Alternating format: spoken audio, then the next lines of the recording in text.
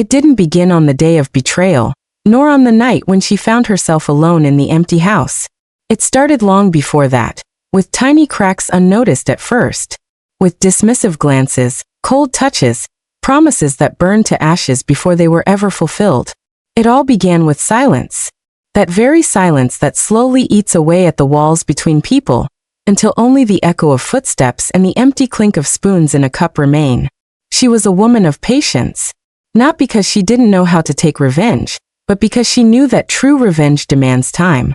Rash acts are for the weak. For those who don't know how to wait, don't know how to watch, don't know how to prepare the ground. She waited. For years.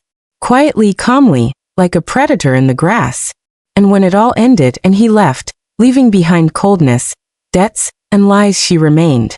Not for him, but to remember, to absorb every speck of pain, every shattered illusion, every moment when she believed things could still be good. He thought he had left victorious, thought he had crushed, erased, ruined, that nothing could grow from it anymore. But he didn't understand one thing. Pain is a seed.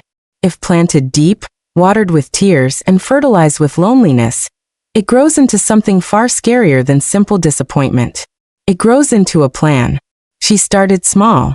She moved away, changed her name, deleted old connections, disappeared. Not to hide, but to become invisible, to watch his life from afar, to study who he was with now, where he lived, who he trusted, who he smiled at. None of this was nostalgia. She wasn't longing. What they had was dead long before the final goodbye. This was curiosity, like a scientist observing a rat in a maze. He rose. Career, recognition, a new family. From the outside, everything looked right. Happy. But she knew that decay isn't visible from the outside. She knew how he could lie, how he could seduce, how he built a perfect picture behind which lay emptiness. He hadn't changed. He just put on a new costume. Now it was the suit of a respected man, but inside, the cowardice, greed, and coldness remained. She didn't want blood. She didn't want death. She wanted to break him from the inside, so no one could see it. So he wouldn't even realize how he started to fall apart. So he would lose not things but meaning. So he would wake in cold sweat, not understanding where the fear came from. So he would look in the mirror and not recognize himself. The path was long. She got a job in a company where he held shares. Not directly, of course. Through third parties, different names, shell companies. She worked meticulously, attracting no suspicion. Showing initiative but not overstepping. She immersed herself in the system. Studied the structure. Memorized vulnerabilities. She made the right acquaintances. Found those who were also dissatisfied with him. There were many. He had crossed many paths without noticing how they were building resentment. She didn't need to push. She just needed to organize. Pick the right time.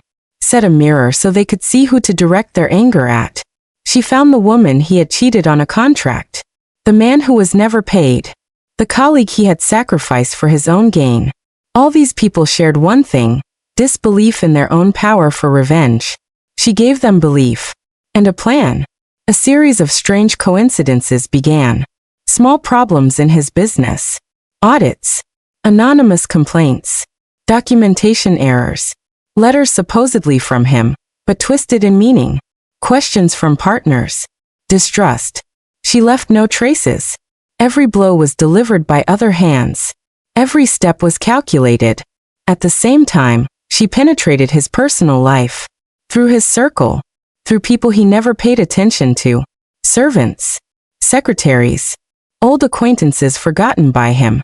Chance meetings orchestrated with minute precision. Rumors dropped casually but in the right ear. He began to get nervous. It showed in his eyes. In how often he looked over his shoulder. How he lost composure in meetings. How he suspected those closest to him. He didn't understand where it started. At first he thought competitors.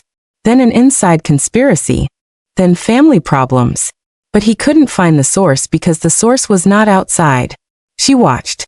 Unhurriedly. Calmly. Coldly. Like a surgeon removing a tumor. It did not bring joy. Did not cause euphoria. It was simply necessary. Revenge was not an act of emotion. It was a process. Long, slow. Precise. He began losing his reputation.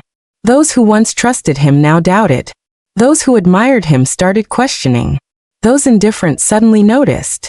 He tried to fight, searched for enemies, changed strategy, but his efforts only worsened things.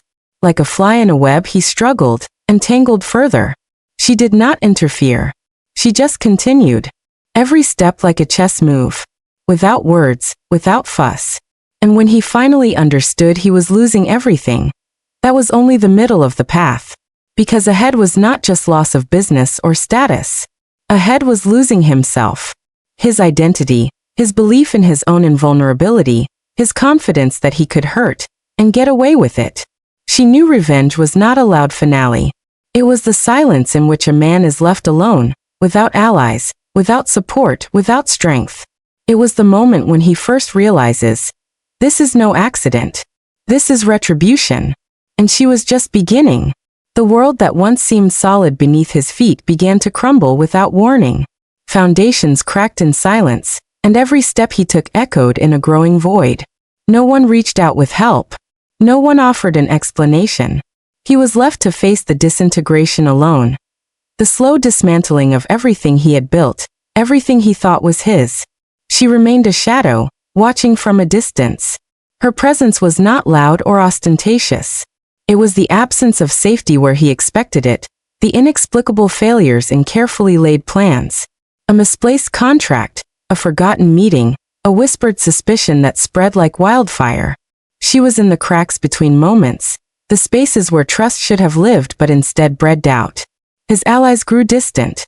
Invitations to exclusive events stopped coming. Phone calls went unanswered.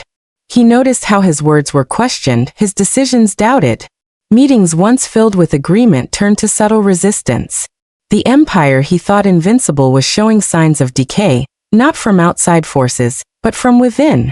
Behind closed doors, whispers of scandal began to circulate. Anonymous emails found their way to the press, hinting at unethical practices, financial misdeeds, betrayals long buried.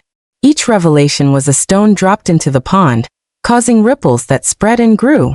He tried to fight back with denials, with threats, with explanations that fell flat.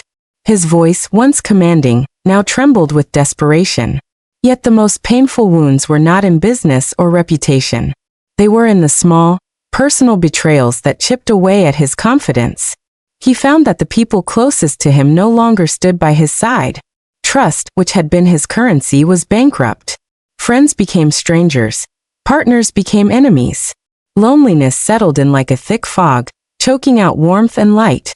She knew this was the true victory. To isolate him, to leave him stranded in a sea of doubt and suspicion. To make him question every smile, every handshake, every promise. To create a prison not made of walls, but of fear and paranoia. This was the art of her revenge, slow, deliberate, and absolute. His nights grew restless. Sleep became a stranger. Shadows in the corners of his vision whispered accusations. Every phone ring was a threat. Every knock on the door a warning. He no longer knew who to trust. The man who once wielded power with ease was now a prisoner of his own mind. She watched as he spiraled, never intervening directly. The plan required patience, and she had it in abundance. The rush of instant revenge had long passed. Now was the time for quiet destruction. Each moment of his despair was a brushstroke in a dark masterpiece she was painting. Amidst the chaos, she built a new life. Stronger, more resilient. The woman who had vanished was now a force. She surrounded herself with allies of her own. Those who had suffered at his hands. Those who craved justice in their own ways. Together, they formed a network of strength and resolve, bound by a shared desire to see the man fall. But she remained the unseen hand guiding the pieces, the architect of his ruin, the keeper of the silent storm. Her resolve never wavered. Every setback was anticipated, every risk calculated. She was no longer the victim, she was the reckoning. As months turned to years, the man became a shadow of his former self. The empire he had built was crumbling, his name tarnished beyond repair. He tried to rebuild, to fight, to reclaim what was lost. But the forces against him were too many, too coordinated, too relentless. He was left with nothing but memories of power and betrayal. with no one to turn to, no sanctuary to hide in. The fear that had once haunted his dreams now consumed his waking hours. He was alone, broken, and defeated. And somewhere in the quiet distance she smiled. Not out of cruelty, but out of justice served. The reckoning was complete. The downfall was no longer a distant possibility, but an inevitable reality closing in with relentless certainty. The man who had once stood atop his world now struggled to maintain even the illusion of control. Every attempt to regain footing only revealed new fractures, fresh wounds beneath the surface. She had become a force not just of vengeance, but of transformation. Her carefully crafted strategy had exposed the rot beneath the polished exterior. The walls he had built to protect himself crumbled, brick by brick, under the weight of consequences he had never anticipated. His relationships disintegrated. Those he once called allies turned away with quiet indifference or open contempt. Trust, which had been his greatest weapon, was now the rarest commodity. Invitations ceased. Calls were ignored. Doors closed softly but definitively behind him. He found himself wandering through the ruins of a life built on deception, greed, and cold calculation. Financial ruin followed social exile. Deals fell through. Accounts were frozen. Partners demanded answers he could no longer provide. The web of lies he had spun began to unravel, thread by thread, each revelation more damning than the last. His empire, built on shaky foundations and selfish ambition, collapsed under its own weight. But it was not just the external world that betrayed him. The real destruction was inside. His mind became a battlefield. Anxiety gnawed at his thoughts. Paranoia clouded his judgment. Nightmares invaded his sleep. He became a man haunted not by ghosts but by his own conscience, now awakened to the extent of his failures and betrayals. He no longer recognized the reflection in the mirror. The confident gaze was replaced by eyes filled with doubt and despair. The sharp features softened into lines of exhaustion and regret. The man who had once believed himself untouchable now found himself vulnerable in every sense. She watched from the shadows, a silent observer of the unraveling. Her revenge was complete not in destruction alone, but in the transformation it forced upon him. He was no longer the man who had hurt her. He was something diminished, broken, stripped of pretense. But even as his world fell apart, she did not let her guard down. Revenge was a path without end. There were always consequences, echoes of past wounds, scars that refused to heal. She fortified her new life with resilience and purpose, refusing to become what she once was, a victim. Her days were no longer consumed by thoughts of him, but by the quiet strength she had cultivated. She built new alliances, nurtured trust, and reclaimed the parts of herself that had been lost in the storm. The pain remained, but it no longer defined her. In the silence that followed his fall, she found clarity. Revenge had been a crucible, forging her into something new. A woman who knew her worth, who understood the power of patience and precision, who had learned that true victory was not in the moment of triumph but in the long, steady reclaiming of oneself. And so, while he faded into obscurity, she rose. Not as a conqueror, but as a survivor. Not as a wielder of vengeance, but as a bearer of peace born from the ashes of betrayal. The final chapter was not marked by grand gestures or dramatic confrontations. It unfolded quietly, almost imperceptibly, as the last remnants of the past slipped away like shadows at dawn. The man who had once dominated every room now moved through life like a ghost, unseen, unheard, forgotten. She had long ceased to chase him, to watch him, to plot. The fire that once burned with a fierce desire for retribution had cooled into a steady flame of resolve.